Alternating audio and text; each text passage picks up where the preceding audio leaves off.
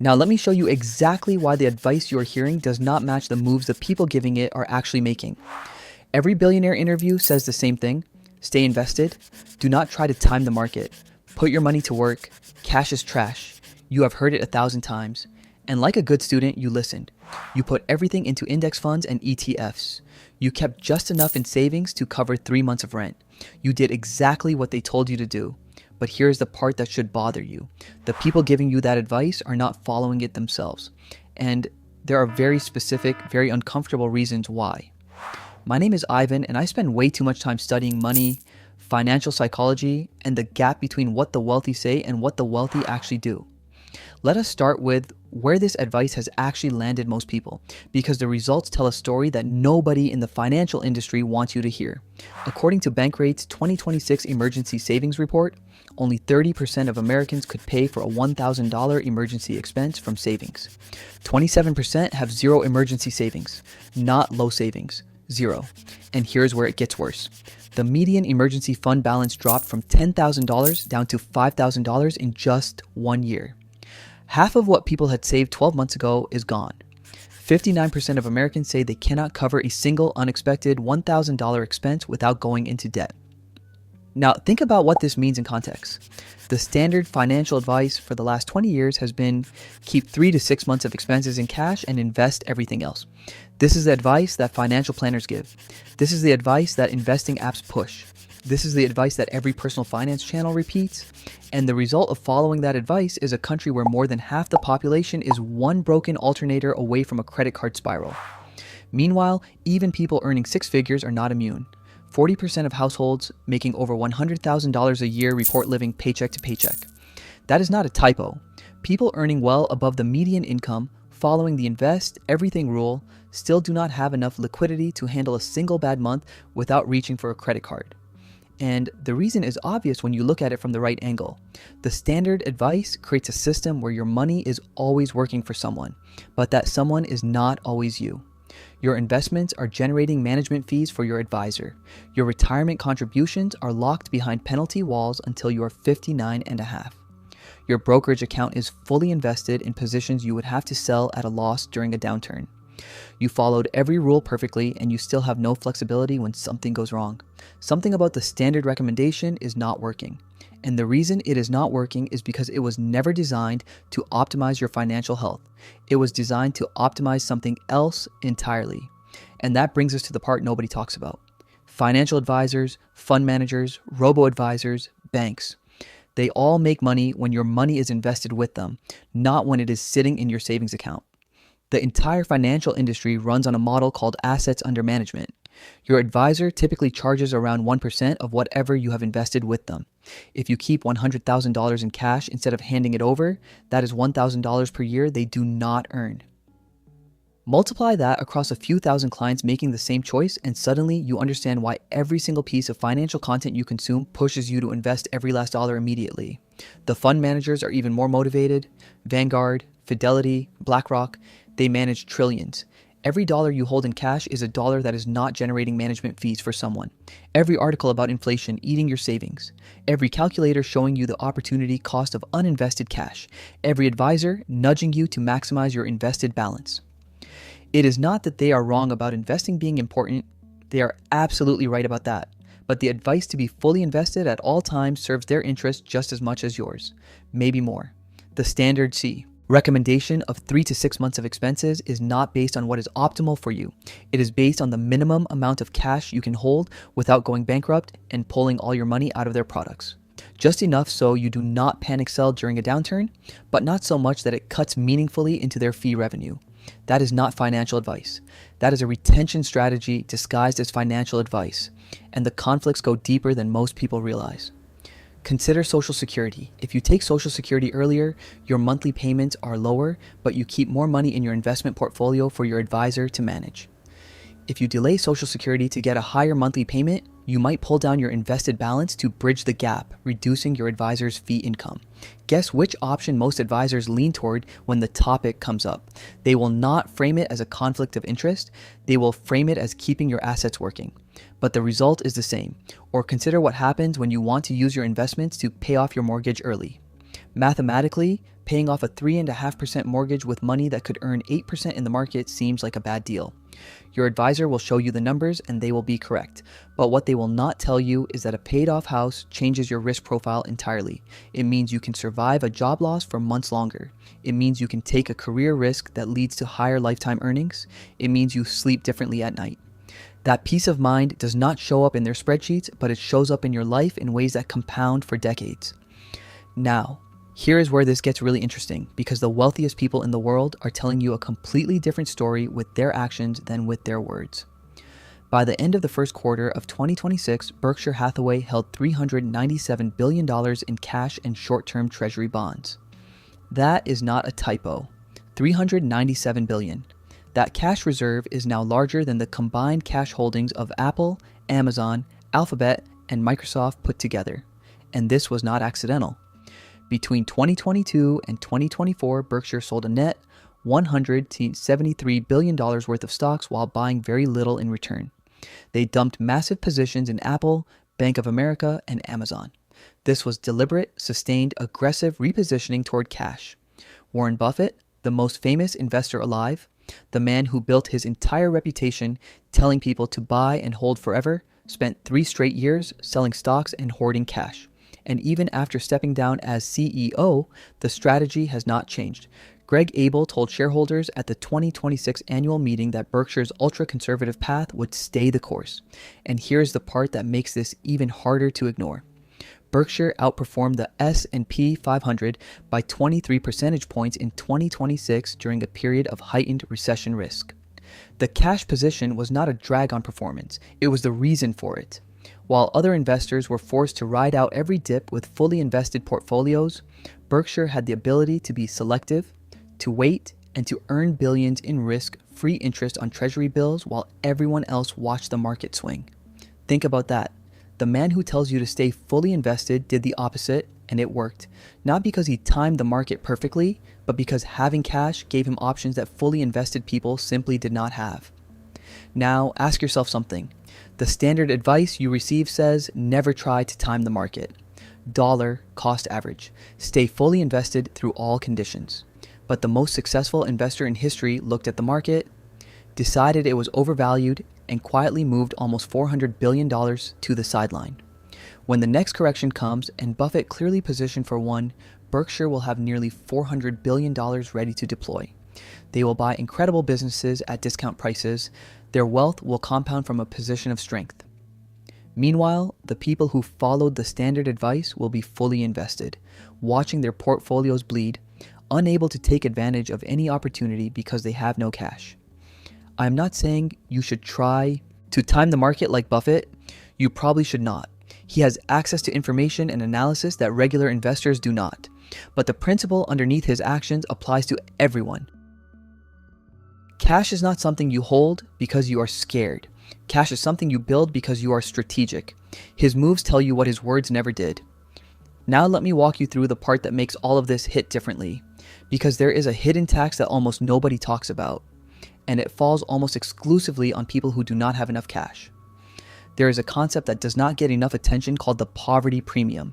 It means that being low on cash actually costs you more money in almost every area of life, and the wealthy avoid this entirely by keeping substantial reserves. Let me make this concrete. You do not have cash for a car repair, so you put $2,000 on a credit card at 22% interest. Over 2 years of minimum payments, that repair actually costs you about $2,800. The wealthy person pays $2,000 cash and moves on. Total savings, $800 on a single repair. You do not have cash for a medical bill, so you go on a payment plan that quietly adds 30 to 40% to the original amount. The wealthy person calls, offers to pay in full right now, and negotiates a 30 to 50% discount. Hospitals and providers do this all the time because they would rather have guaranteed money today than chase payments for months. You do not have cash for a security deposit plus first and last month's rent, so you get locked out of better housing in neighborhoods with lower crime and better schools. You end up renting something more expensive long-term because you could not afford the upfront cost of something cheaper. The math is brutal and it compounds in one direction. According to 2026 data, Americans now carry over $1.2 trillion in total credit card debt. The average household with credit card debt owes over $7,300. The average interest rate on cards carrying a balance is nearly 23%. That is not investment returns compounding in your favor. That is debt compounding against you week after week, month after month, purely because you did not have enough cash when something went wrong. And there is a psychological dimension that makes this even worse. When you are carrying high interest debt, your decision making changes in ways you do not always notice.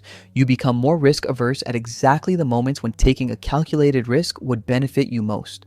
You turn down the job interview in another city because you cannot afford the move. You skip the certification course that would bump your salary because the tuition feels impossible. You stay in the apartment with the 2-hour commute because the security deposit on the closer place is out of reach. Every one of these invisible decisions has a compounding cost that stretches over years, sometimes decades. Researchers in behavioral economics have documented this extensively. Financial scarcity creates what they call a bandwidth tax. When your brain is occupied with how to pay next month's bills, you have less cognitive capacity for long-term planning, creative problem solving, and strategic thinking about your career. The poverty premium is not just financial, it is mental, and the wealthy avoid it entirely.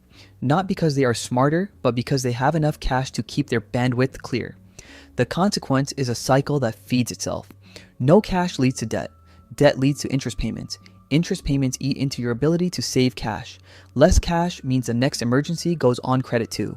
And the cycle accelerates. Meanwhile, the wealthy never enter this cycle in the first place because they have enough cash to handle every emergency at actual cost. Not actual cost plus 23%. And here is something that rarely gets discussed. Cash is not just an emergency buffer. Cash is negotiation leverage. And this is one of the biggest gaps between how wealthy people move through the world and how everyone else does. When a wealthy person sees a rental property hit the market at 30% below value during a downturn, they make an offer with cash. The seller accepts a price 20% below what finance buyers are offering because cash means a fast close with no appraisal contingency and no risk of a loan falling through. The person without cash watches the opportunity disappear. When a wealthy person needs a major medical procedure, they call the billing department before the surgery and negotiate a cash pay discount. Many hospitals offer 20 to 40% off for patients who pay in full upfront. The person without cash gets a full bill and a payment plan with hidden interest. When a wealthy person decides to change careers, they have 12 months of runway sitting in liquid reserves. They take the leap, negotiate from strength because they do not need the first offer they get, and land a position that pays $15,000 to $20,000 more per year. The person without cash stays in a job they dislike for 3 extra years because they cannot afford the gap. None of this shows up on a compound interest calculator. No financial planning app measures the return on being able to say yes at the right moment or walk away from a bad deal. But over a lifetime, the compounding effect of having negotiation leverage in every major financial transaction dwarfs whatever you would have earned by being fully invested. And it extends beyond the big moments. Cash changes the way you interact with everyday financial decisions. When you have the liquidity, you can buy annual subscriptions instead of monthly ones, saving 20 to 30%. You can buy in bulk when prices are low. You can pay insurance premiums annually instead of monthly and avoid the installment surcharge. You can take advantage of early payment discounts from contractors and service providers. These savings individually seem small, but they stack up to thousands of dollars per year. And every one of them is only available to the person who has cash on hand. The wealthy do not just invest differently, they live differently. And the difference is liquidity. If you are finding this helpful, take a second to subscribe. I cover topics like this every week, and it helps more than you would think. And that leads to probably the most uncomfortable point of all. There is a strategy the ultra wealthy use that literally changes the rules of the game. It is completely legal. It has been around since the 1990s, and it is the single biggest gap between how the rich handle money and how they tell everyone else to handle money. It is called buy, borrow, die. Step 1.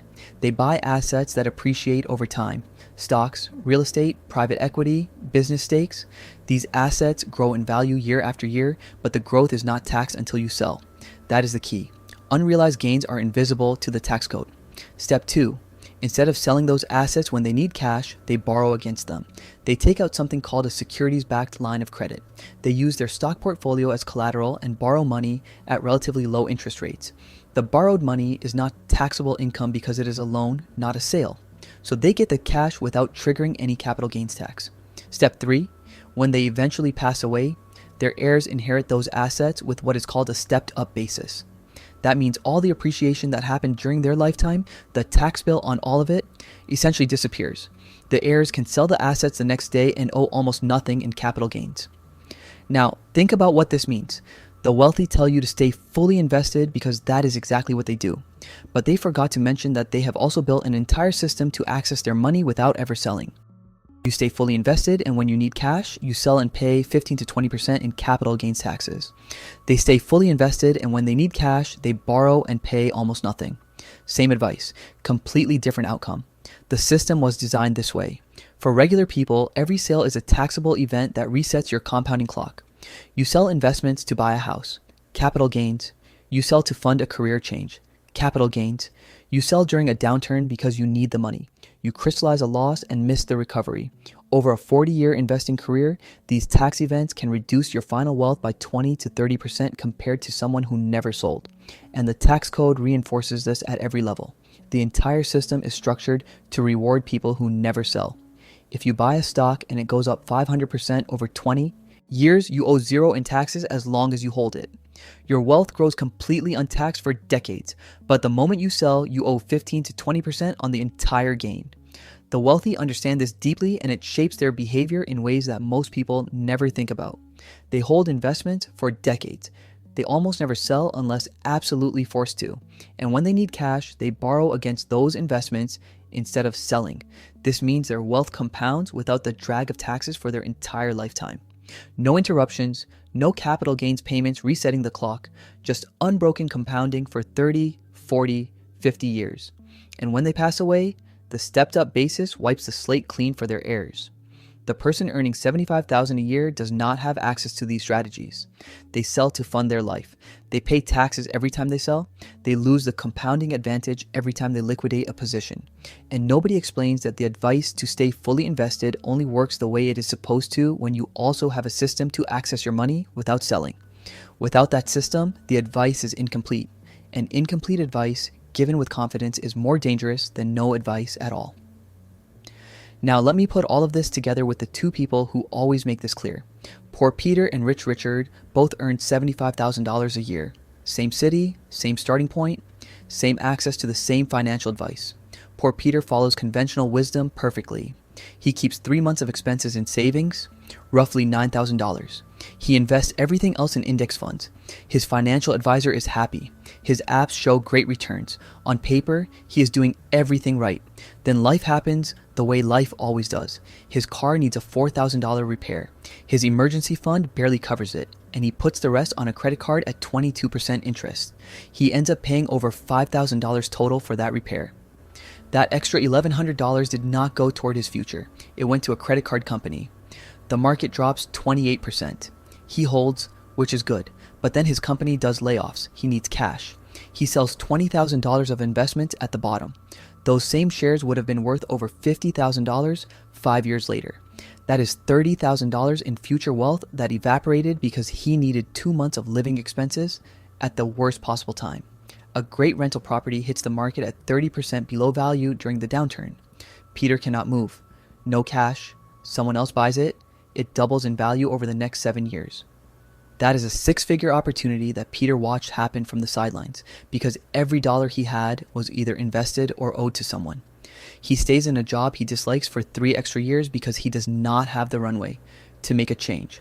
Those 3 years cost him more than just career momentum. They cost him the salary bump he would have gotten sooner, the compounding effect of higher retirement contributions from a higher salary, and something that never shows up on a spreadsheet but matters more than most financial metrics: his energy, his motivation, and his belief that his financial life is actually in his control.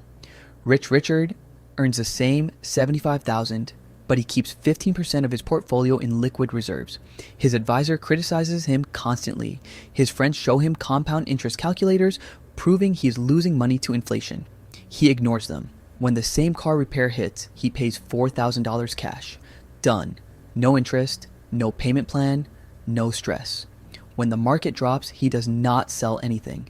He actually uses part of his cash reserves to buy stocks at a discount. While Peter sold $20,000 at the bottom, Richard bought $20,000 at the bottom. That single decision, one person selling and the other buying during the same market event, accounts for a massive chunk of the gap between them 10 years later. When the rental property appears, he makes an offer with cash. The seller accepts a price 20% below what finance buyers were offering because cash means a fast close with no appraisal contingency and no risk of a loan falling through. That property generates rental income and appreciates over the next 7 years, compounding Richard's wealth from a source Peter never even had access to. When he is ready to change careers, he has 12 months of runway. He negotiates from a position of strength because he does not need the first offer. He holds out for the right fit. His new position pays $15,000 more per year. Over the next 20 years of his career, that single move adds $300,000 in cumulative earnings. And it only happened because he had enough cash to survive the gap between jobs. Same income, same city, same decade. 10 years later, poor Peter's net worth is around $140,000. Rich Richard's net worth is around $410,000. The difference is $270,000. And the entire gap comes down to one thing Peter was told not to do: hold cash. The financial industry will show you a chart saying Peter lost $43,000 to inflation by holding cash over 10 years. They will never show you the chart where Peter lost $270,000 because he did not have cash when it mattered. And that is where the final myth falls apart. The idea that cash sitting in a savings account is dead money losing value to inflation. The financial industry calls this cash drag, and they have turned it into one of the most effective marketing tools ever created. Every inflation calculator, every opportunity cost chart, every article about the long-term cost of uninvested dollars, these are not objective educational tools. They are sales materials designed to make you feel guilty about the one thing that gives you flexibility, safety, and negotiating power. And here is what makes the cash drag argument especially dishonest in the current environment. High-yield savings accounts are offering 4 to 5% annual returns right now. Short-term treasury bills are yielding similar numbers. Your cash does not have to sit in a checking account earning nothing. It can sit in a high-yield savings account or a money market fund, earning a reasonable return while staying completely liquid and completely safe. The wealthy understand this. That is exactly what Berkshire Hathaway did with their $397 billion. They parked it in treasury bills and earned billions in risk-free interest while waiting for the right opportunity. You can do the same thing on a smaller scale. The difference between earning 4% on cash in a high-yield savings account and earning 8% in the stock market is roughly 4% per year. On $10,000, that is $400. That is the real cost of holding cash. Not the terrifying numbers on the inflation charts, but $400 a year on $10,000 in reserves. And in exchange for that $400, you get the ability to handle any emergency without debt, negotiate from strength on every major purchase, and buy investments at a discount when the market drops. That trade is worth making every single time. The visible cost of holding cash is small and easy to calculate. Inflation eats 2 to 3% a year. You can see it. You can measure it. You can put it on a chart and make it look scary. The invisible cost of not having cash is enormous and almost impossible to measure. The career you did not switch to because you could not afford 3 months without a paycheck. The investment you could not make because your money was locked in a portfolio that was down 30%. The debt you took on at 22% because you did not have $2,000 in cash when your car broke down. The house you did not buy at a discount because you could not move fast enough. Nobody makes a chart for that. Nobody builds a calculator that shows you the lifetime cost of missed opportunities, forced sales, and high interest debt that results from not having cash. And nobody builds that calculator because the people who build financial calculators profit from your money being invested, not sitting in your savings account. So what does this actually mean for you? It means the next time someone tells you cash is trash, ask them how much cash they personally hold. Ask your financial advisor what percentage of their own net worth is in liquid reserves. Ask the billionaire on the podcast why their company is sitting on nearly $400 billion in cash while telling you to go all in on index funds. The answers will be revealing, because the truth is the wealthy do not think cash is trash at all. They think your cash is trash. They want your money in the market generating fees and liquidity and providing the buying pressure that keeps their own portfolio values high. But their cash is sacred. Their cash is what funds a lifestyle while their investments compound untouched. Their cash is what buys a dip during every crash. Their cash is what gives them the freedom to take risks and walk away from bad deals and sleep well at night. You do not need $400 billion to apply this. You just need to understand the principle. Build your cash position deliberately. Ignore the guilt. Ignore the inflation calculators designed to scare you into being fully invested. Hold enough cash so that you never have to sell investments at the worst time, never have to go into debt for an emergency, and always have the ability to act when everyone else is frozen. That is not losing money to inflation. That is buying the most valuable asset the rich already own, the ability to choose.